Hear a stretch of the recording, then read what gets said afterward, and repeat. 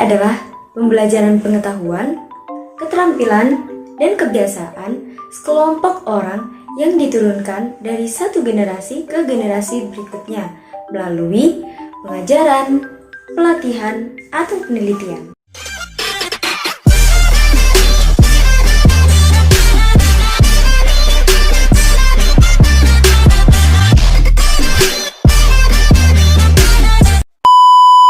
Assalamualaikum warahmatullahi wabarakatuh.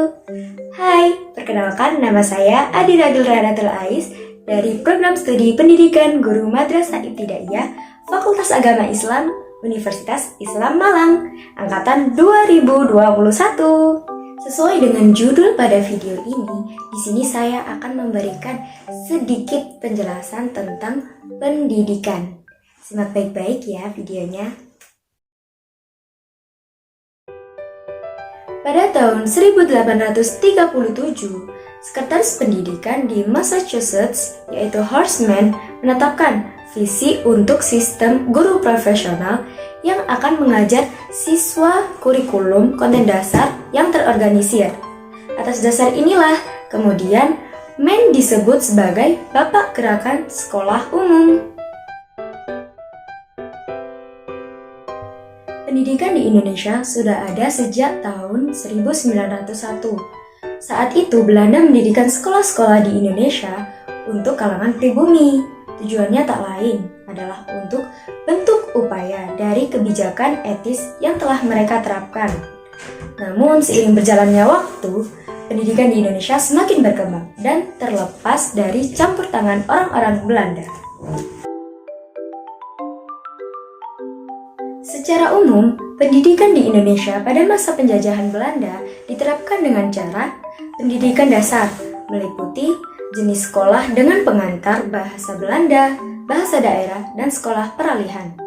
Pendidikan lanjutan yang meliputi pendidikan umum dan kejuruan. Sistem pendidikan di Indonesia ada banyak sekali. Salah satunya yaitu sistem yang berorientasi pada nilai. Di sini, para pelajar akan lebih ditekankan untuk bersikap jujur, disiplin terhadap waktu, tanggung jawab, dan juga diberikan motivasi yang tinggi untuk mencapai cita-cita mereka.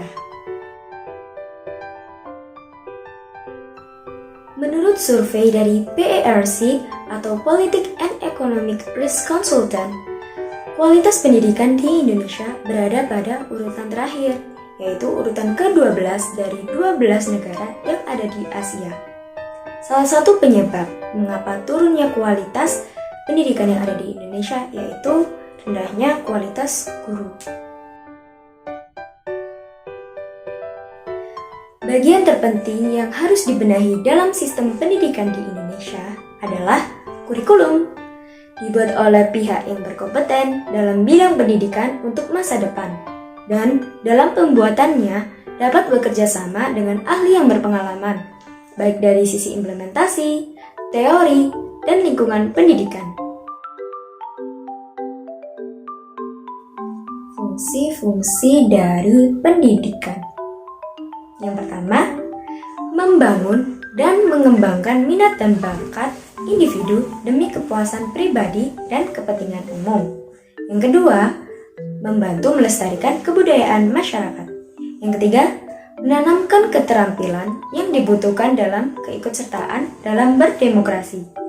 Yang keempat, menjadi sumber-sumber inovasi sosial di masyarakat. Dan masih banyak lagi lah. Di dalam Undang-Undang Nomor 20 Tahun 2003 tentang Sistem Pendidikan Nasional Pasal 03 disebutkan tentang tujuan pendidikan, yakni mengembangkan potensi peserta didik agar menjadi manusia yang beriman dan bertakwa kepada Tuhan Yang Maha Esa, berakhlak mulia, sehat, berilmu, cakap, kreatif, mandiri, serta yang demokratis juga bertanggung jawab. Banyak juga ya? Pernah gak sih kalian ngerasain kayak bosen, suntuk gitu waktu belajar? Nah, Di sini saya akan memberikan beberapa tips agar kita lebih semangat lagi dalam belajar. Yuk, simak baik-baik. Yang pertama, niat. Hal pertama yang harus dilakukan adalah menata niat. Niatkan belajar kita seperti ibadah kepada Allah Subhanahu wa taala, yang apabila kita melakukannya dengan baik, maka kita akan mendapatkan pahala. Yang kedua adalah memilih teman yang baik. Dalam mengerjakan sesuatu, pastinya kita gak bisa sendiri dong. Maka dari itu, kita membutuhkan dukungan dari lingkungan sekitar, yang termasuk di dalamnya adalah teman. Nah, oleh karena itu, apabila kita ingin merasakan nikmatnya proses belajar, kita harus bisa memilih mana teman yang juga menikmati proses belajar tersebut. Biar semangat. Yang ketiga, menciptakan kelompok diskusi.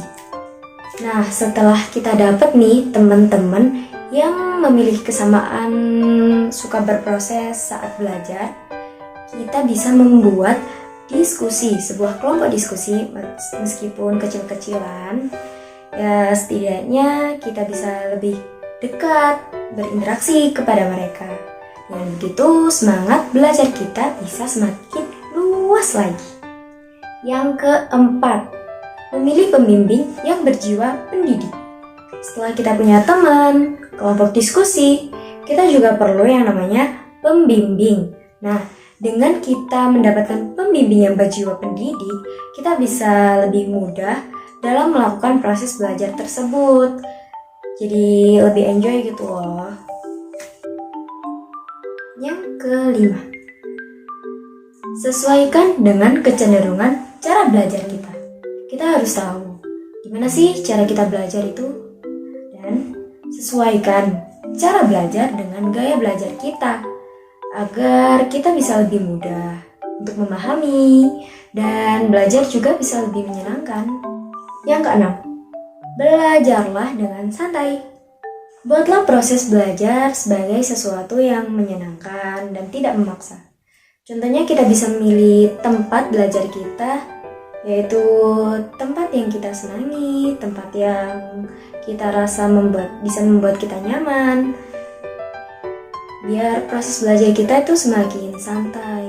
Tapi jangan lupa, kita ke tempat situ bukan untuk bersantai-santai, yakni untuk belajar. Oke? Yang ketujuh, nikmatilah proses belajar kita.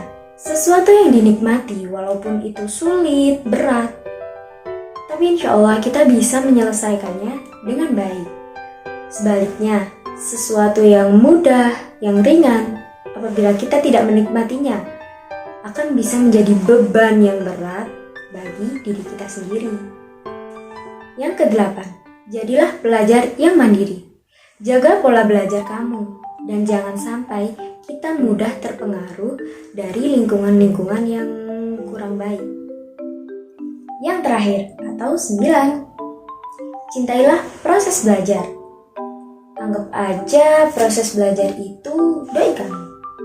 Kamu pasti akan menyayangi, mencintai dengan senang hati kan? Nah, demikian juga dengan proses belajar. Apabila kamu sudah mencintai proses belajar, maka kamu akan bisa mengerjakan melalui proses belajar itu dengan senang hati.